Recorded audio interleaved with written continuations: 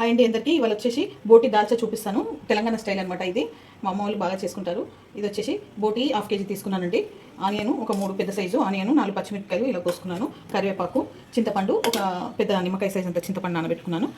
శనగపప్పు ఉడకబెట్టుకొని ఇలా మెత్తగా పేస్ట్ చేసుకోవాలండి. ఇప్పుడు తయారు చేసే విధానము: గిన్నె పెట్టుకున్నాను. ఒక 3 పావుల నూనె పోసుకోవాలండి. 3 పావుల నూనె పోసుకున్నానండి. నూనె కాగిందండి. ఇప్పుడు ఈ ఆనియన్ పచ్చిమిర్చి వేసేసుకుంటున్నాను. ఇవి బ్రౌన్ కావాలండి. కొంచెం సగం చెంచా పసుపు వేసుకోవాలండి.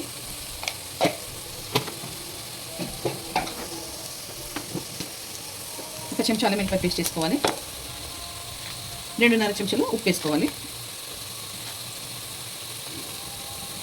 వేసుకొని బాగా కలుపుకోవాలి. ఇది ఇంకా కొంచెం బ్రౌన్ కావాలి ఆనియన్స్.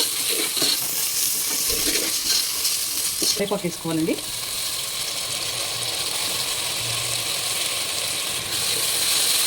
కొంచెం ఉప్పాలి. ఇది వేయించింది. ఇప్పుడు దీంట్లో ఈ బోటి మంచిగా 2 సార్లు 3 సార్లు కడిగామండి. ఉడకబెట్టాను. కొంచెం పసుపు ఉప్పు వేసి ఇప్పుడు ఈ బోటి వేసేసుకోవాలి. కొంచెం చికెన్ ఉండాలండి, ఎందుకంటే దాల్చకి బాగుంటుంది చికెన్ ఉంటే.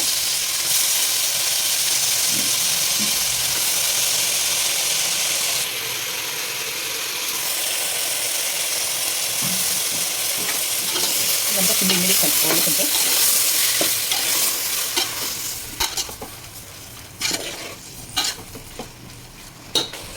ఓకే అండి. ఇది కలుపుకోవాలి. కలుపుకొని ఇప్పుడు ఒక 5 చెంచాల కారం వేసుకోవాలండి.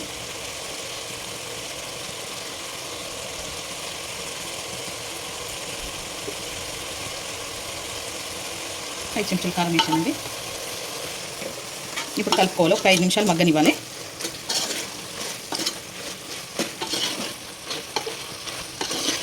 ఓకే అండి, కొంచెం మగ్గిపోయింది. ఇప్పుడు 1/2 లీటర్ వాటర్ పోసుకోవాలి. దీంట్లో సగం గ్లాస్ వాటర్ పోసుకున్నామండి. కొంచెం ఉడికినాక చింతపండు రసం పోసుకుంటాను.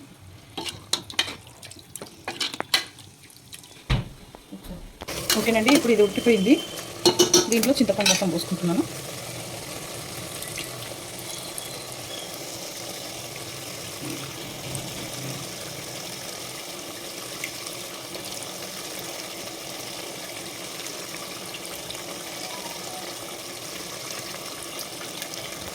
ఇప్పుడు లీటర్ వాటర్ పోసుకోవాలి దీంట్లో.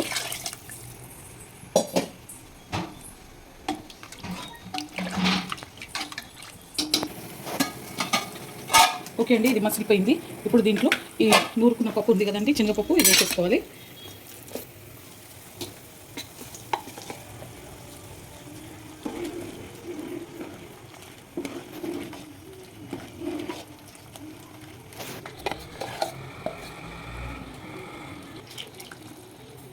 ఇప్పుడు 2 చెంచాల ధనియాల పొడి వేయాలండి. 2 చెంచాల ధనియాల పొడి, 1 చెంచా గరం మసాలా వేయాలి. 1 చెంచాన్నర వేయాలండి.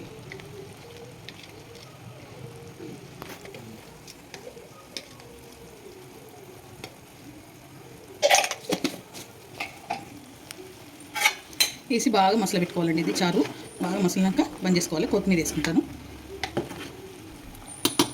కొత్తిమీర వేసుకుంటున్నాను.